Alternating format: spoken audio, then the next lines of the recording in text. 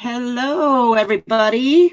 It's Annette The Peacemaker here, and we decided to go live. This is episode 2 of what I am calling my show, The Normal People, or just Normal People. So, Normal People, episode 2.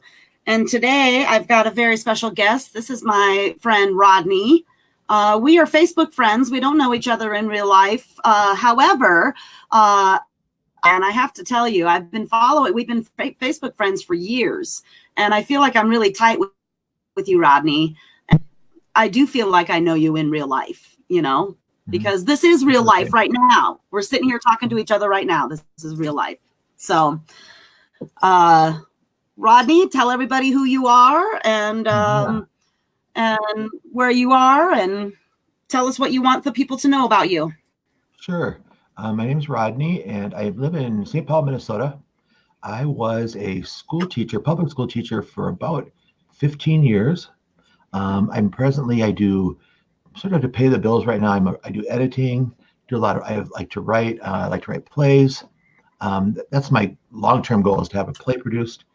And the reason I'm here on the show today is because I'm in recovery. Kind of sort of a not necessarily a long story, but I've been in recovery for about 2012, about 8 years. And Annette and I have been talking a lot about the issues around recovery, my own experience with it.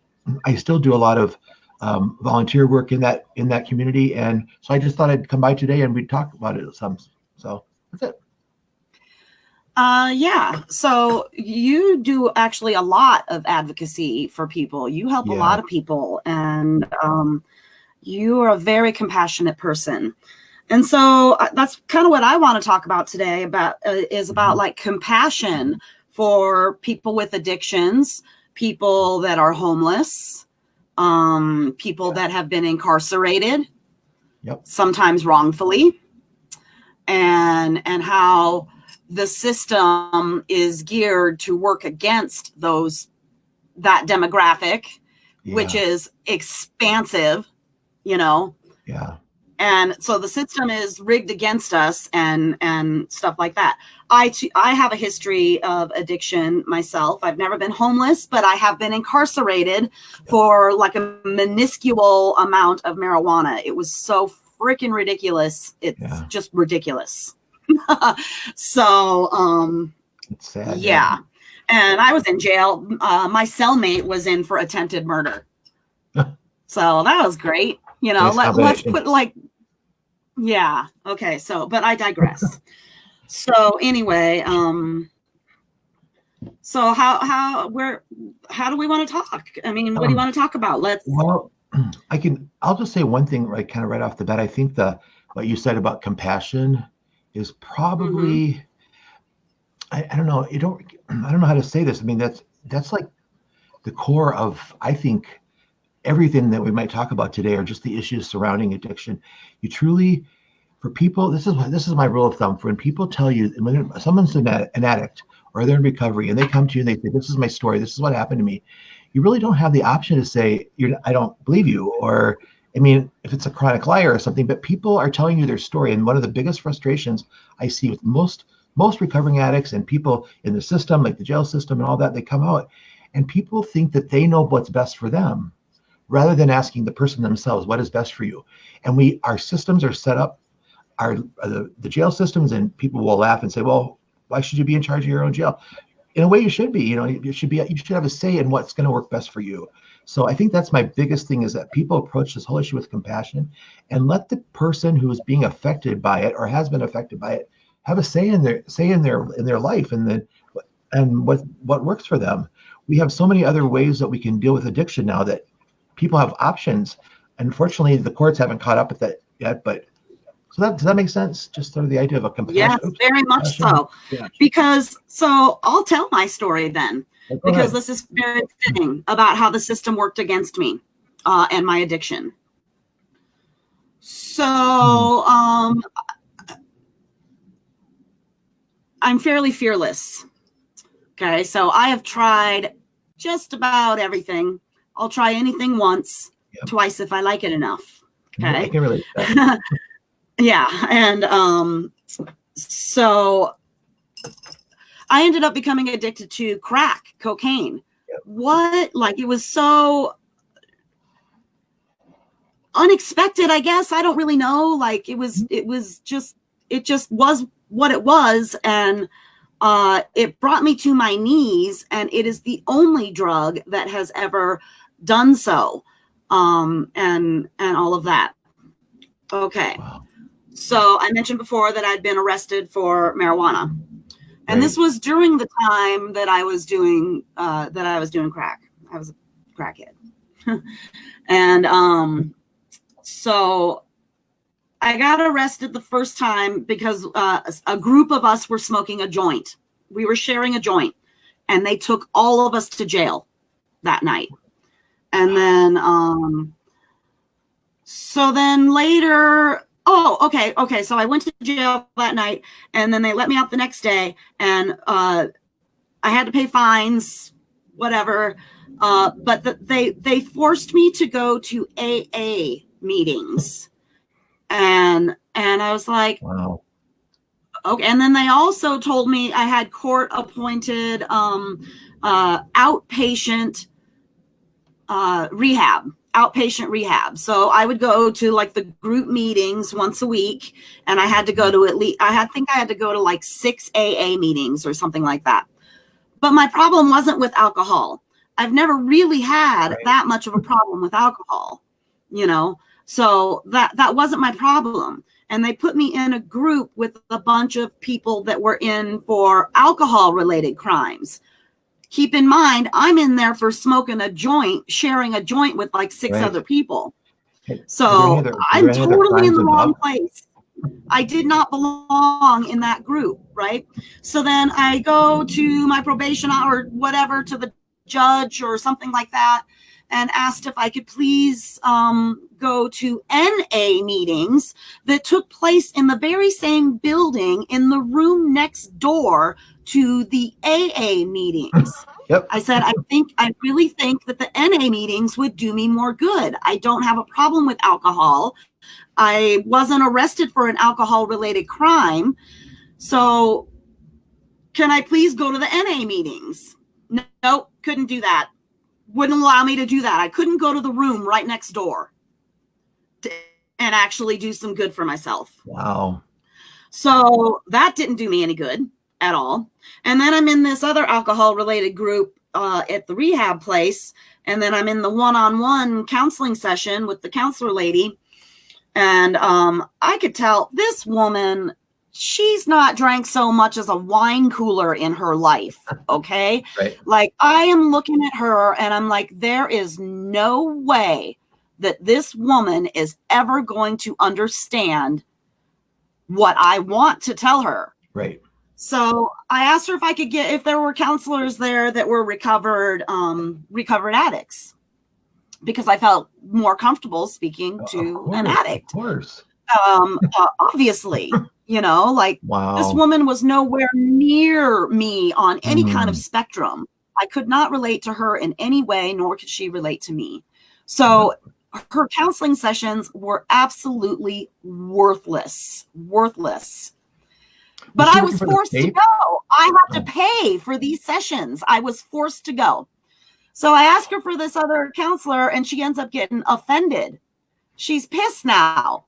Okay. So then I tell her the truth. I'm like, well, the truth of the matter is that I don't have an alcohol problem at all. I have a drug problem, and I would like to actually get help for it. Since you're forcing me to come here, I would like to utilize the counseling and do some good for myself. Wow. I'm not enjoying being a freaking addict. Okay.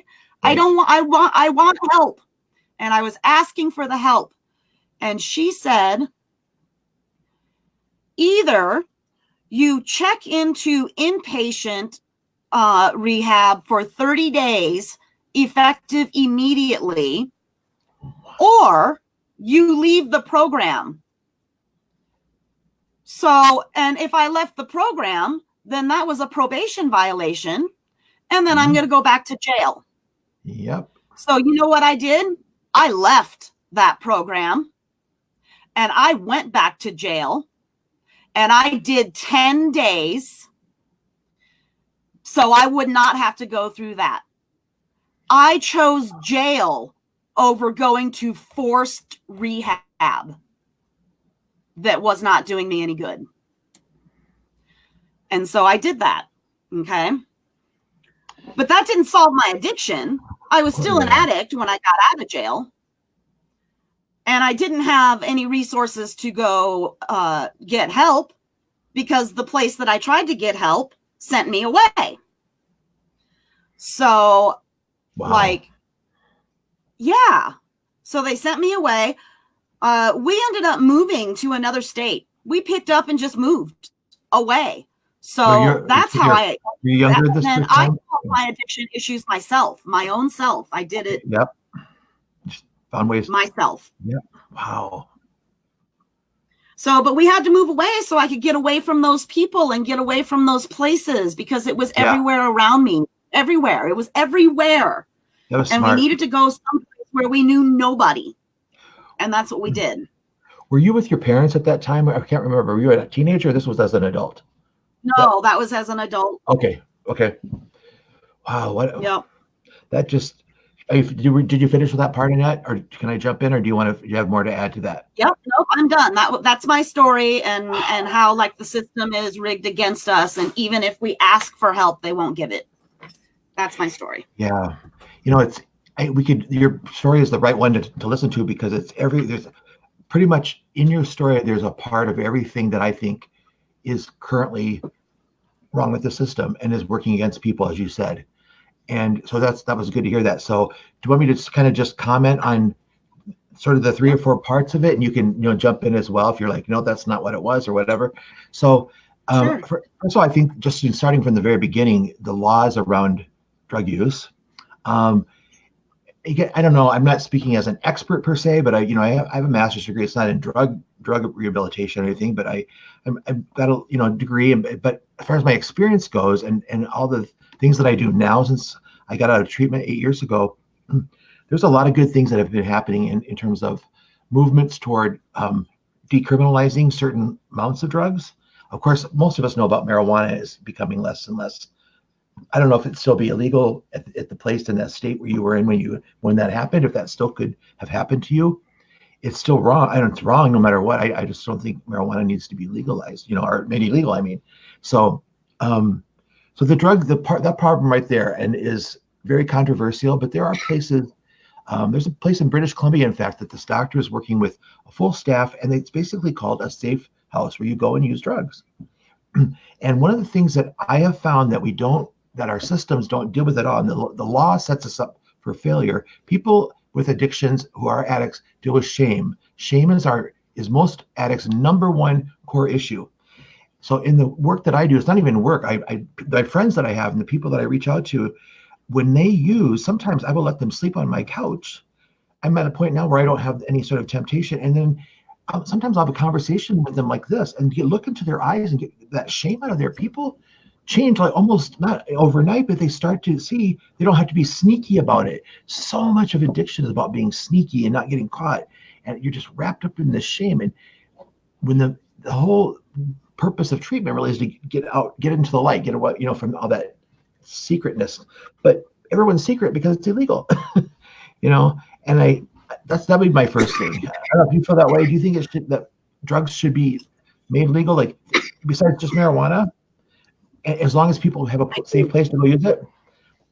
Yes. I was an IV drug user, so I shot up. I did heroin mostly, and then I progressed to different things. And I'm telling you, I would not have affected if I had had a safe place to go. I still would have done it.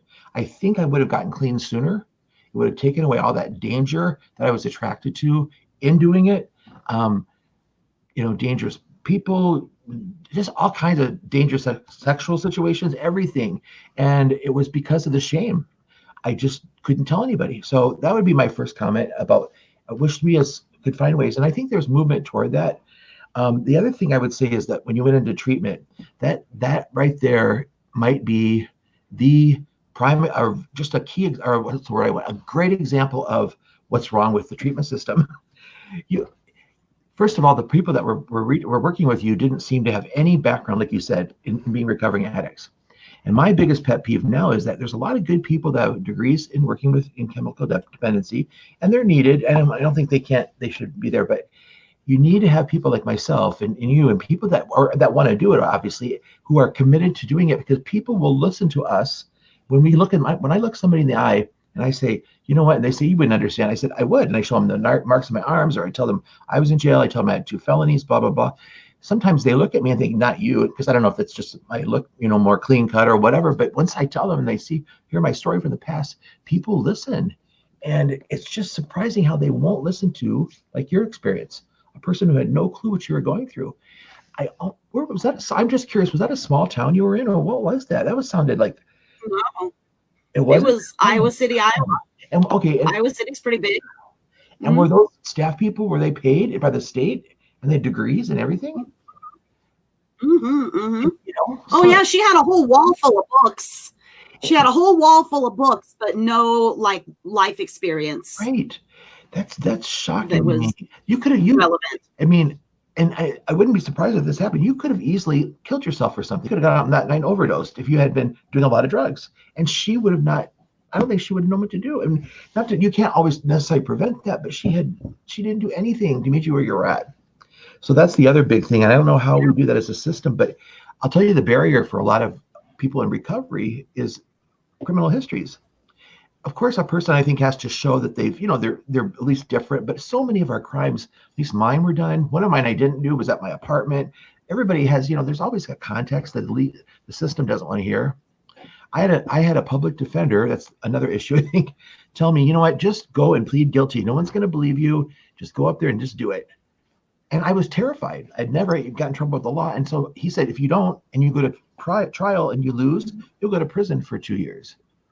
So it's either going up and just say, yeah, I did it, and you can just get on your way and go on probation, do therapy, and that's it. But that was the stupidest thing I ever did. It was a bad crime. And I almost knew who did it. I even had evidence, blah, blah, blah. The point is, the system is set up, like you said, for people not to get healing and help, but to punish. And that's the thing we need to remove from drug addiction. And I don't know how you feel about this, Annette, but the one thing that I think is a barrier to stopping punishing people from drugs is that they're victim. Like, let's say I stole from someone when I was using. That was my other felony. She got her ring back. I paid full restitution. I actually turned myself into the police the next day when I knew what I did was wrong. I mean, I'm not saying I'm perfect, but I did all the right things. And still I got charged with a felony. My point is that person that I stole the ring munch, I didn't know her. She was at the party staying with my roommate. In fact, I didn't steal it. It was I pawned it. But anyhow, the point is she was so angry for weeks and weeks. And the court would listen to her more than they would me saying, I need help.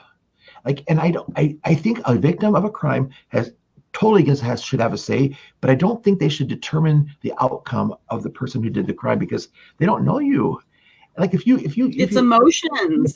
Yeah, it's all that sounds like it was all based on emotions. And it's exactly what it is. And that's why I think punishment is so appealing to people, because they can feel like the person suffered.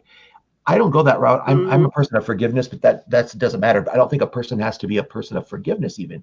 They just have to say, you know what, go do your healing. You'll get your stuff back. All of us, I'm a victim, you're a victim, and we're all, everybody's been a victim at some point too. And I think sometimes when people have an experience of a crime, they think that the world they're this perfect angel and all this horribleness. A lot of people that go through crime, that are victims of crimes, also probably have done horrible things to other people, but maybe just more subtle, And so this whole self-righteous thing is what gets in the way of it. So, because it's that saying, hurt people hurt people. Yeah.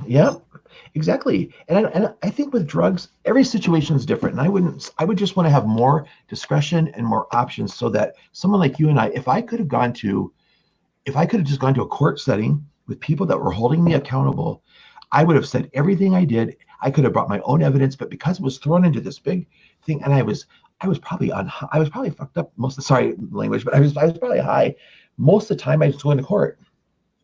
And no one, I don't know if they even knew. I mean, because I was so stressed out. I hadn't gone to treatment yet. I would leave rehab. So I met some dude that was in rehab, and we would call his dealer from the phone that you could use to call for a ride or to call a cab. Yep. So they had a phone in the lobby of the rehab place, and he would call his dude, and we would go and score straight from rehab to dude's house. Wow. Yeah, I get that. I say it's the people that I help, I meet them where they're at. And when I say help, I don't mean like, here, I'm here to rescue you. I just mean I meet them and they become friends. And then through our friendship, we just happen to, and I help them out when I can. And that's kind of like friends. And I will say in just an honest conversation with people, along with most of them most of them have like mental health issues. So they get therapy for that because I'm not a therapist. And sometimes I go with them.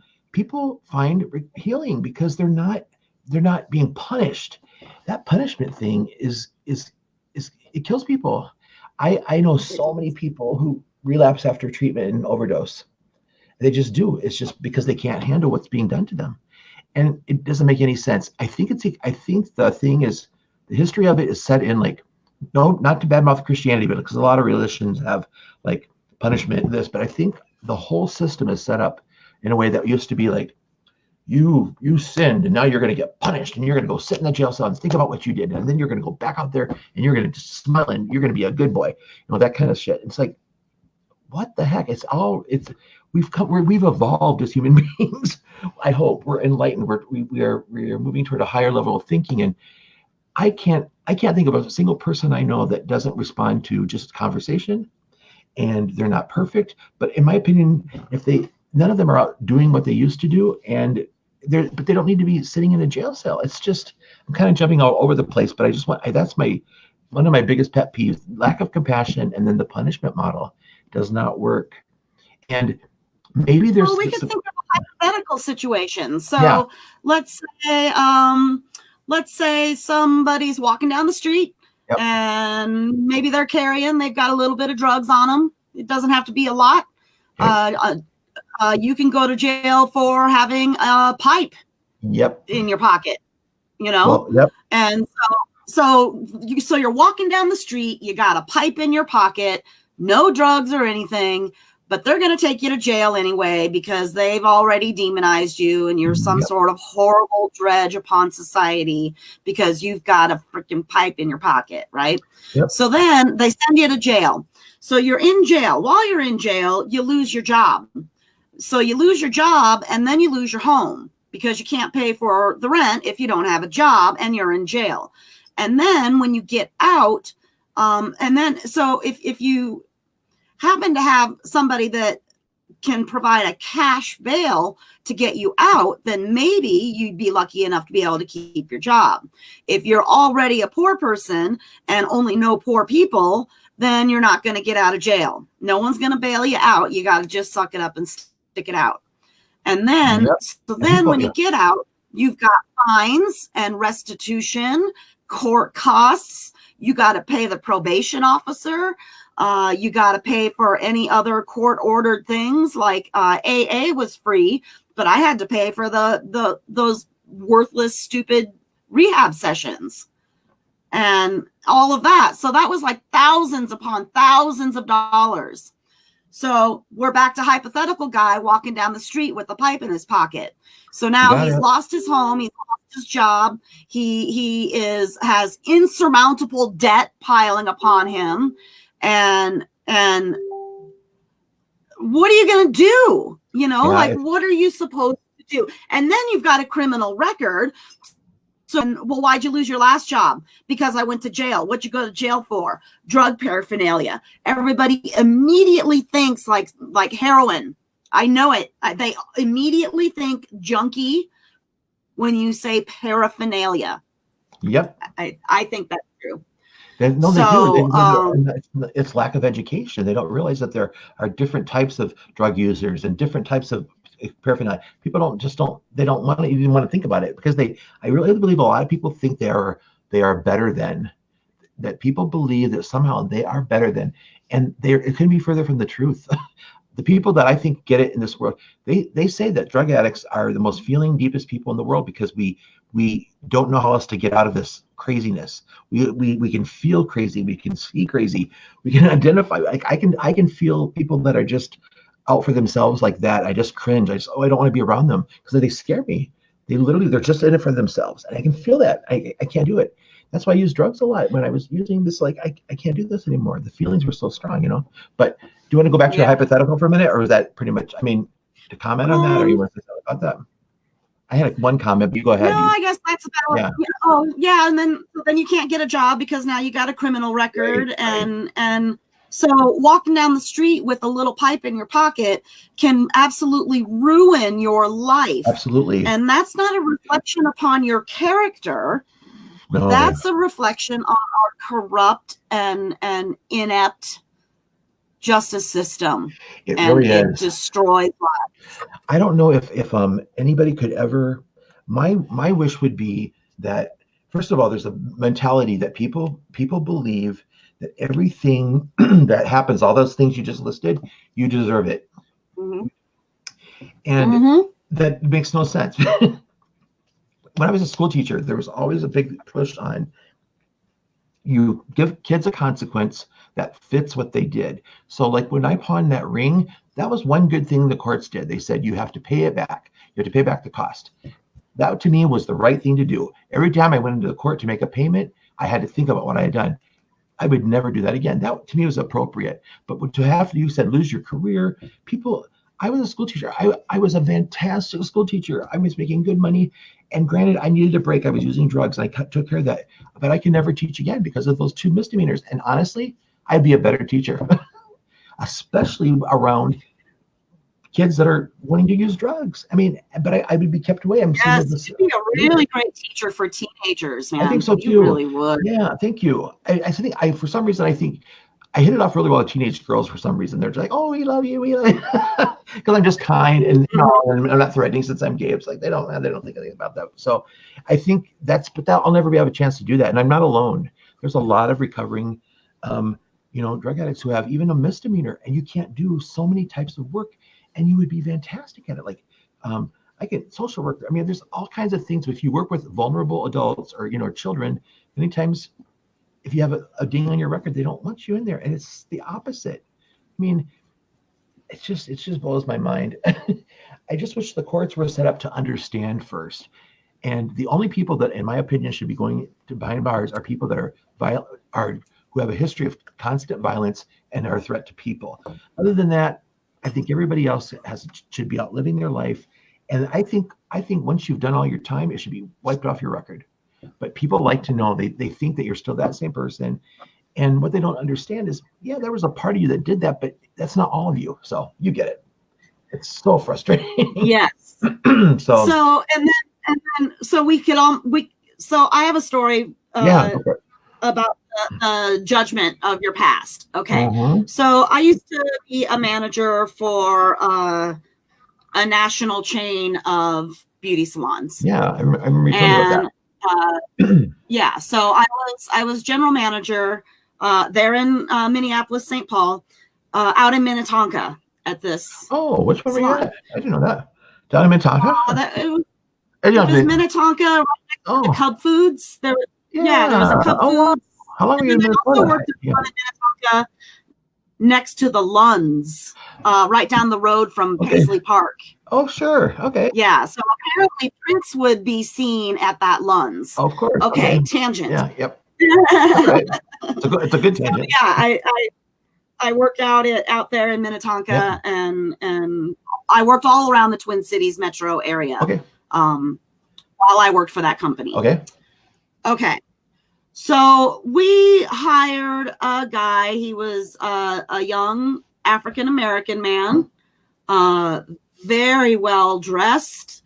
He looked amazing, always super professional, very kind and sweet, and really interested in learning because he was a barber, and barbers don't learn all the same stuff as cosmetologists do. Okay. So, but he was fascinated by like cutting long hair, like women's hair. He wanted to learn that very, very much. Okay. So he was like my shadow. I loved this guy. Yeah. So, but he lived all the way over in like St. Paul. Okay. With his wife and young, like 1-year-old, 2-year-old little baby. Okay. Okay. Here's his. He came out of prison. He got his barber education in prison.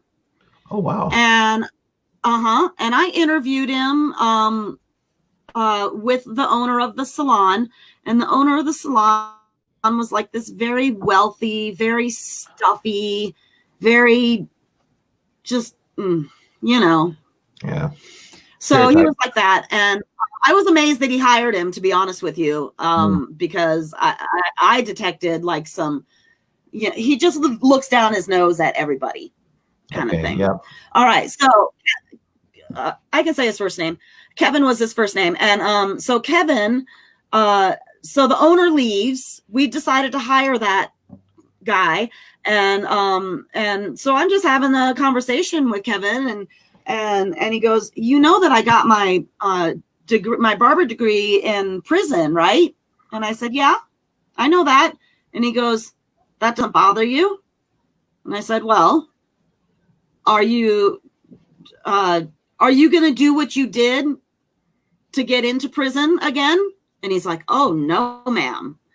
And I said, are you going to hurt me or my staff or my customers? No, I'm not. And I said, are you going to steal from me or from the salon or anything like that? No, absolutely not.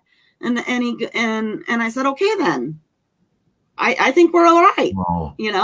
And so he was just a person, and people make mistakes. And he goes, don't you want to know what I did? And I said, no, I don't want to know, because it doesn't matter. Good for you. You're not going to do it again, so it doesn't matter. That's beautiful. And I think that more of that needs to happen. Like, just have a conversation with somebody. You're right, because people assume that when somebody does something, it's who they are all through, and that's just, and you handled that. How would we get people to do that? I don't know, except the empathy piece. If a person has empathy, I kind of did something similar when I was a teacher. A lot of teachers will go to the teachers that had the student before them, the year before, and get the scoop. I wouldn't do that. I said, I'm not doing that. Because I'd have teachers come to me, oh, I see that you have so-and-so on your list. Do you want to hear about him? No, why should I? Well, you need to know. And I'm like, no, why do I need to know? That was last year. And they were just like floored, because a lot of teachers want to know what this kid's about, because he's trouble. I better get myself ready. What about just giving the kid a fresh start? So you're getting that's beautiful. He must have left there thinking there are good people in the world.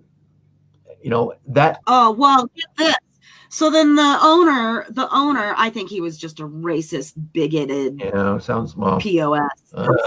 Personally, I'm just saying. So he was just looking for any reason to fire Kevin. And so the reason I mentioned how far away he lived is because he had to drive from St. Paul all the way out to Minnetonka, and the traffic is insane rush hour in the Twin Cities metro area. And so he had to make that huge trek across the whole metro, and sometimes he was late. Not very late, like 10, 15 minutes, but he would always call and say, I'm in the traffic. And I lived in Brooklyn Center and drove all the way out there. So I had my own chunk of a drive. It was like 45 minutes at least, with no traffic. Wow. 45 minutes with no traffic if there was not another car on the road.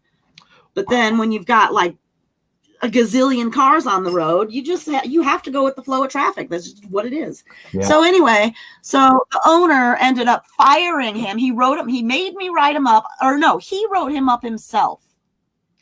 And then money was going missing, but it wasn't Kevin. It was this other gal there who was a gambling addict. Oh, no. And she was stealing money out of the register to go gambling. But he blamed Kevin, and he fired Kevin, and he used the excuse of him being late to work to fire him 2 days before Christmas. Oh, that's horrible. That's horrible. I cried my eyes out. I helped that man unload his stuff. There was nothing I could do. I did everything I could to fight for him. And I helped him load up his car, and I was just like sobbing. I was so just like, oh. Wow. See, and that was a long time ago, and look how emotional it makes me today, you know? So like the things that people do to us, the way that we are victimized, because like he victimized Kevin by doing that for sure.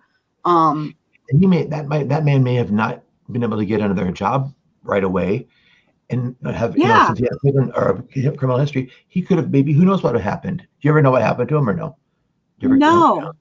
I mean, let's hope he landed on his feet and he kept moving forward. But I think that he would have. I think he's a smart cookie, and I think he knew, because he came in looking all Sam Jackson and everything with those little kangaroo hats and stuff, So he had his shit together. So I firmly believe that guy got his shit together, and he went and got another better job, not with a racist bigot. Exactly. What's interesting about that is you did this beautiful, and I know that you've done other things like that. You did this beautiful thing for this man, and then here though was a system that said you were the bad person. I mean, you smoked a joint. I mean, that's it. Like it's insane. And somewhere along the line, we're thinking about people think that just because something's illegal that it's immoral. They're not always the same. Things are made illegal because of somebody's bee in their bonnet or whatever you call it, back in the day, like, I'm going to make this illegal and I want those people to suffer. And it's set up against poor people. Let's face it. It's set up against people of color because of our history of slavery in this country. I mean, people to deny that, and look at all the people that are in power. It's, straight white men that are just keeping the system going. So, and because they stand, So let's tie this into bring this back to Yang, okay? Because all roads lead to Yang in my world. Can we, Annette, can we do that in 15 minutes? Oh, sorry. Freedom dividend. Okay. Yep. So let's talk about how the freedom dividend could could impact addicts, and we seem to be really focused on addicts today, and people and the justice system. So let's be mostly focused on that. How's that going to help people? Well, it's funny you brought that up, because when we were talking, the one comment I was going to make somewhere, I was going to just sneak it in there. I was going to say, do you know what the common sort of, and it had nothing to do with what your question was at the time. It was just a thought that I had. The common sort of thread and all these things that people have to maneuver is money, and like you said, the fines. And I got a parking ticket recently, and I got a no seatbelt ticket. It set me back. Like I'm not going to be broke, but it's just like they don't realize that for $100 fine is a lot for some people. Rich people that just don't care. But your question's a good one. This is what I think. The $1,000 thing would basically give everyone sort of somewhat of an equal playing field, and that's what we don't have now. I mean, you and I and anybody else that doesn't have all these opportunities or have had setbacks because of injustice, those are just they stick with you for a long time. So having something like that it'd be quality of life, and who doesn't want that? And it's amazingly okay. So I've been on the internet a lot. I wake up early in the mornings, and my husband is sleeping, so I just sit silently. And the first thing I do, I sit in the dark because it's like 5 a.m. and I freaking look at Facebook, and it's like the dumbest thing that I could do, but it's the only thing that I can do because of what time it is and whatever. So, it's amazing how many people do not give a shit about poor people. It is astounding to me. Well, I've got my 401k. I work for a living. I'm not giving my tax money. So some lazy ass, like, it's amazing how cruel, how they just lack humanity altogether. And what happened to them? And I feel sorry for these people, right? Because they were hurt too. Somebody hurt them, and that's what made them hate everybody. Like, how can you hate everybody? I think that people like that, it boggles my mind, because the empathy is missing for one thing. But I'll tell you a quick anecdote. I brought home a young man that has basically nothing. He's 24 from an NA meeting, And he told me that people kind of sometimes give him a hard time because he's poor and he happens to be half Native and half Black. So I drop him off, and talk about wanting to cry. I pull up, and he gets out of the car, and in his alleyway are like 2 or 3 other homeless people. He lives in a house with a bunch of people, and they just ran up to him. He was like a rock star to them. And I thought to myself, if people in this world would see what he, the life that he means something to a lot of people, but people with money and everybody else, they want to just miss him. And I hope if there's a spiritual day of reckoning one day, whatever people's religious beliefs are, I hope it's all those. I think some Christian or some religions talk about this. The first shall be last. The meek shall inherit the earth. That idea that all these people who think they've got everything together, and they do it on the backs of other people, and in the process mock them and make fun of them. I literally have zero tolerance for humiliating the poor. It's probably my biggest thing that it's the biggest thing that makes me upset. It makes me upset. Yeah. When I see that. So that $1,000 thing, I just think about that. I know, of course, that's going to solve everyone's problems, but you think about for people to get that. As just a quick side note, I'll say our mayor of St. Paul, he started a program. Every new child born in St. Paul gets $50 trust fund, savings fund, and then they help them invest it, and they can make money on it. So it's kind of this, not quite the same, but there's that idea that everyone gets it, and everybody gets it. Yep. That is. Yeah. So anyway, and it's you got to start somewhere. So it's a start. Exactly. So then later they can expand that program and give every new child more money. And because we're always going to need money. Exactly. You know what's funny? Absolutely. You'll go ahead. Sorry. To live. Yes. You said this once on Facebook where I think you were being kind of sarcastic, but you're making a point. What is that we need? And you said it's money, like that's what the people need when they're in these situations. And even from our stories today, we talked about the one thing that people will not want to loan people. They don't want to touch it. I'm pretty good about loaning people because you don't have to give me receipts. If I give you money, it's yours. You're done. You don't have to tell me how you spend it. I'm not going to call you and say, people do that though. Some people, when you give somebody money, it's a gift, unless you have an agreement that, you pay them back. But that to me that would change people's lives, a lot of people's lives who've never had even that opportunity because their ancestors have always been, so many people with the white privilege thing, and so many people, the rich people, they have zero idea of what other people's. And talk about hard work. I don't know anybody that works harder during the day than people who have next to nothing. Everything is hard. Everything is hard. You lose a quarter and you have to panic and you go, how am I going to get on the bus? Oh my gosh, the bus is coming. And then you're like, and your whole day is just, and that might've been your chance to get the job. And of course, rich people will say, well, then get a car. See, they just are dismissive. So. Right. Or well, or they'll say, get a job. Well, I have a job, but it's a minimum wage job. And get it in education. Well, I don't have money to get an education because of predatory student debt and all of that. So I can't go get an education because by the time I'm done with that education, I'm going to be thousands and thousands of dollars in debt, and I'm going to be paying for it for the rest of my life. And then I'm not even guaranteed a job when I get out of college. Yep. So I'm better off just working this low wage job because it's at least secure enough for now until I'm replaced by a robot. Exactly. Which is inevitable in many, many cases. My thing too is I don't think there are many people that would honestly want to give up anything. And I think you have, here's a quick short example. When I had students in a 4th grade classroom, and I'd have there's always 1 or 2 kids when I'd bring in, let's say, a cake for a birthday party or something. 1 or 2 kids would, go at the cake quickly as they could and get the, big piece over everybody else. And then of course there's bad feelings and the other kids, that's not fair. Why did you? And then I would say to the kid who got the biggest piece, why do you think you should get that? Well, I got there first. Okay, so you got there first. What else? And then they have all these reasons why they deserve the biggest piece. Well, in order for everyone else to feel okay and to make it even, he has to give some of that cake back. And that's what I think. I don't know how that would work out in a larger scale, but there's so many people that I think don't want the $1,000 thing or anything like that because they're scared to death that what they have is theirs and they don't have to give anything back. And I'm not telling people they have to move out of their house and give it to somebody else, but just almost the spirit of giving back. Like nobody wants to do that, but it's okay for everybody else to have to. You know. Right. It just blows my mind. That's the other thing to that golden rule. Let's say we encouraged everyone. Let's say we flip flopped and have all the white people be the ones that are walking the street, have to take, because we have a historical history of slavery. Well, I guarantee you, there would be a white person that would say that that's fair. They'd say, "Oh, that's not fair." Well, then why is it fair for the other people? It's this double standard thing, and the money thing in this capitalistic society. We're fools not to think that matters the most. It is.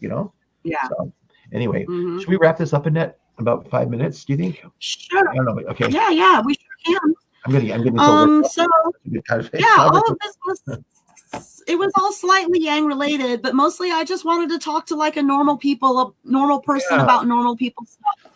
And I would like to have more conversations like this with other people and stuff like that, because like this is real life. We are the normal people. We are the ones that is affected by all of this stuff while they live in their ivory towers, right? So we're not bad people. We are very, very good human beings, and we love our fellow human beings. Yes. And so basically, everybody just be kind, have some compassion, have a little empathy, listen more than you practice the talk. golden rule. Yes, that's a good one. Yep. I'm not religious, but the golden rule applies exactly same across the board. Yep. You can word it any way you want to make it fit for how you see the world. Yep. Totes. All right, Rodney. Well, it was my pleasure hanging out with you. Let's do it again, maybe. Another day. Okay. All right.